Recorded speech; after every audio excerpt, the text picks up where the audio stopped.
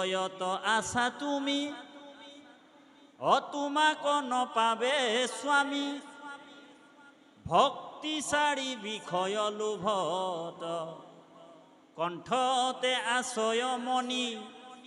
তাক বিস্মৰিয়া মানি, নজানি বিচাৰে বাহিৰত।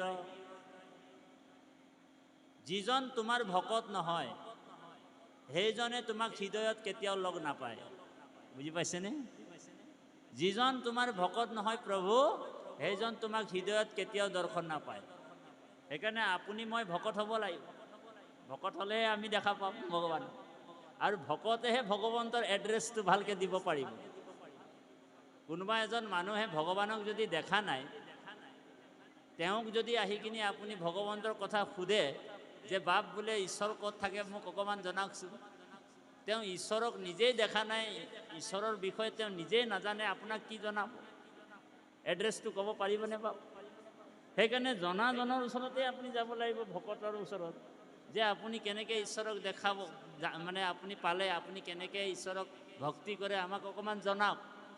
তো গতিকে এই যিটো পবিত্ৰ মঞ্চ, এই যিটো পবিত্ৰ স্থানত ভকত, একান্ত ভকতৰ ওচৰতে আপুনি মই ভগৱন্তৰ কথা শুনিব লাগিব। সেইকাৰণে কৈছে যে কথা শুনিলেহে গুচে মনৰ সংশয়। আমি যেতিয়ালৈকে ঈশ্বৰৰ কথা নুশুনিম ভকতৰ মুখৰ পৰা, সেইকাৰণে ভকতৰ মুখটো হৈছে পদ্মমুখ। পদ্মমুখৰ পৰা ভকতৰ কথা, ভগৱন্তৰ কথা শুনিলে আমাৰ মনৰ সংশয়বিলাক দূৰ হ'ব।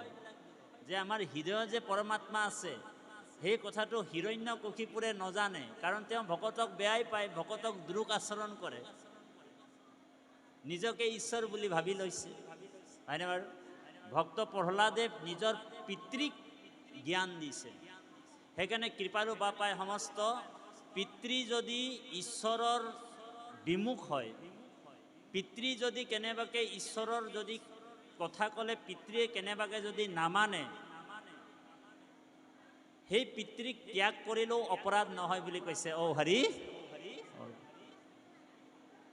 যিজন পিতৃ ঈশ্বৰৰ বিষয়ে নাজানে আৰু ঈশ্বৰৰ উপাসনা পুতেকে যদি কৰি আছে, পিতৃয়ে যদি বাধা দিয়ে, তেনেহ'লে সেই পিতৃক ত্যাগ কৰিবলৈ কৈছে শাস্ত্ৰই।